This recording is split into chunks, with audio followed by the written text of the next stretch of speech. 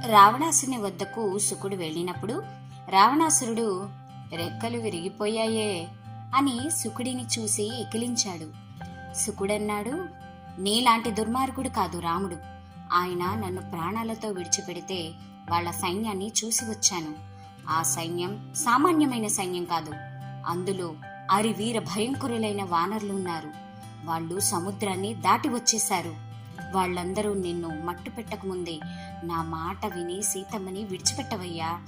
వానరులందర్నీ గరుడ వ్యూహంగా నించోపెట్టారు. శిరస్థానం దగ్గర రాముడు లక్ష్మణుడు నిలబడ్డారు. హృదయస్థానమునందు అంగదుడు నిలబడ్డాడు. కుడివైపున వృషభుడు, ఎడమవైపున గంధమాదనుడు, వెనుక భాగం నందు సుగ్రీవుడు నిలబడ్డారు. అలా కొన్ని కోట్ల కోట్ల వానరాల్ని నిలబెట్టారు అని శుకుడు రావణాసురునికి రాములు వారి సైన్యం గురించి తాను తెలుసుకున్నది వివరించాడు.